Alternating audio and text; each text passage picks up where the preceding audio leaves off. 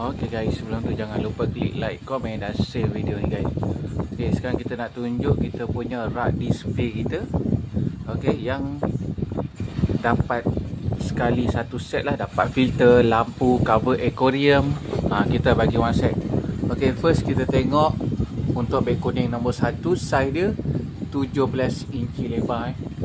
Dia dapat saiz paling besar. Okay, dia jenis kaca tebal, jenis kaca bulat. Siap dapat hanging filter, lampu LED. Okay, cover aquarium pun kita akan bagi sekali. Cover aquarium penutup kita akan bagi sekali lah.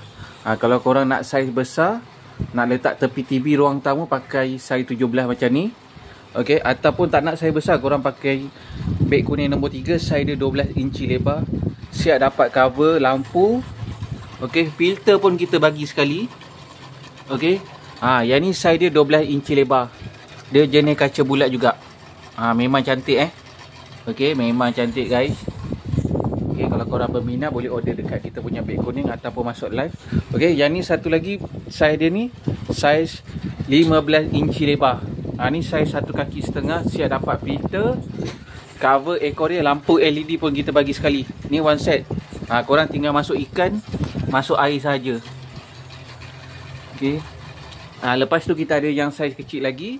Ni saiz dia 10 inci lebar. Okay, dia dapat sekali filter, lampu LED, cover aquarium dapat sekali. Okay, yang ni saiz 10 inci lebar lah. Termasuk dia punya filter oksigen sekali.